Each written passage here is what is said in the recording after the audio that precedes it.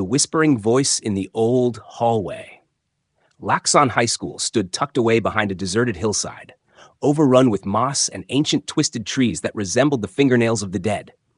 It had once been bustling with life, echoing with the beat of drums every morning, but now it was just a block of cold, dry concrete, an abandoned coffin, cracked walls, rotten doors, and hallways that remained dark even at noon. But what made this place notorious wasn't its decrepit structure.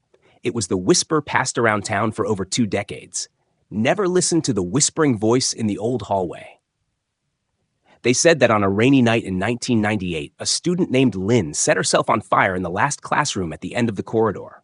Why? No one knew for sure. Some said she was bullied by teachers. Others whispered that classmates tormented her into madness. But a few swore Lynn had been talking to someone who didn't exist weeks before the incident. She would stand in the schoolyard, pointing at the upstairs window, muttering, "She's calling me. She's calling me up." Creepy as hell. Her eyes looked already dead. After the fire, the school was shut down permanently. No one dared go near it. Those who tried returned with strange afflictions. Some wept uncontrollably at night, others slashed their ears to stop the whispering. In 2023, a group of final-year journalism students at Van Lang University decided to produce a documentary on haunted places. There were 4 of them. Hung, the rational team leader obsessed with tech gear. Vi, the sensitive one with strange intuitions. Lam, a horror film enthusiast handling the cameras. And Tron, quiet but sharply observant. They chose Laxon as their first destination. At 10 p.m., the group arrived at the rusted iron gate of the school. It was slightly ajar, as if waiting. "Ready?" Hung asked, camera in hand. "Audio's good. Flashlight's working." Lam nodded. "I'm not so sure about this," Vi whispered, eyes locked on the pitch-black entrance. They stepped in. The musty stench hit instantly. Darkness felt thick, almost as if it were watching their every move. Tran's sandals squeaked on the cracked tiles. As they passed the main hallway, she suddenly stopped and pointed at the wall. Look, a faint, charcoal-like writing emerged. "I'm still here. Just graffiti." Lam shrugged, trying to stay calm, but Vi felt a chill crawl up her spine. She heard something, very faint, like a child crying, coming from the far end of the corridor. "Did you hear that?" "Just wind, howling through the windows," Hung replied, though sweat glistened on his brow. They decided to set up in the old library, the central location of the fire.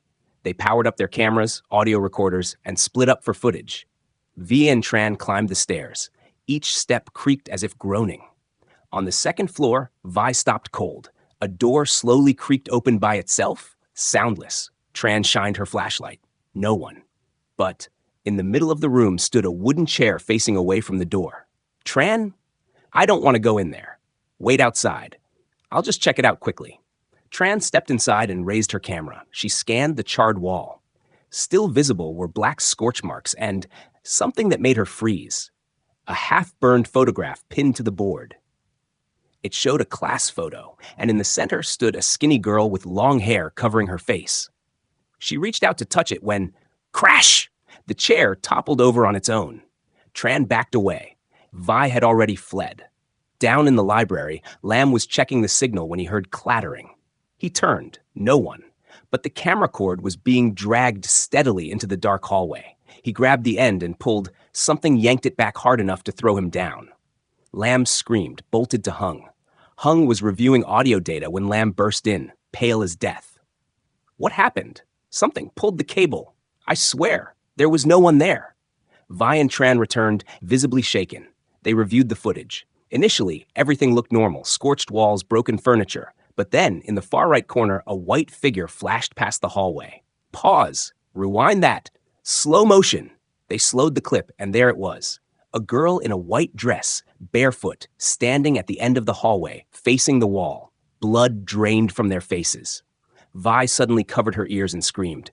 "Stop it! Stop whispering! What's wrong, Vi?" "The voice."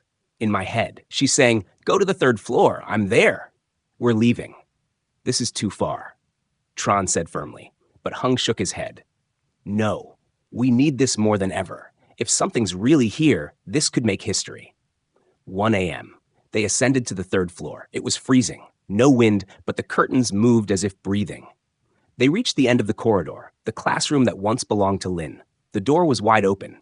Inside, charred desks remained like skeletal remains. On the wall, fresh words glowed under the light. She never left. She waits for another to die in her place. They froze. Tran turned to leave, but the door slammed shut behind them. Hung lunged at the door. It wouldn't budge. Then came footsteps. From the ceiling, behind the walls, beneath the floor. As if something, or many things, were crawling all around. A whisper echoed, "Who will stay for me?" Vi collapsed, clutching her head. She's choosing someone. Choosing what? Vi, snap out of it, to stay behind so she can leave. The flashlight flickered out. In the darkness, rapid breathing. Sobs. Then scratching on the walls. A hissing voice. Vi, you'll stay? For me? Vi screamed, leapt up, and slammed her head into the wall. The door flung open. Hung dragged Vi, and the group fled down the stairs. But Vi didn't follow. She stood frozen in the hallway, eyes locked on the ceiling. Vi, come on, but she smiled. A twisted, eerie smile. I heard it clearly now. I understand. She ran back toward the classroom. They chased her, but when they arrived, the room was empty. No Vi, just her camera lying on the floor, still recording, facing a long-haired girl standing in the corner, back turned. The next morning, police arrived after receiving a missing person report.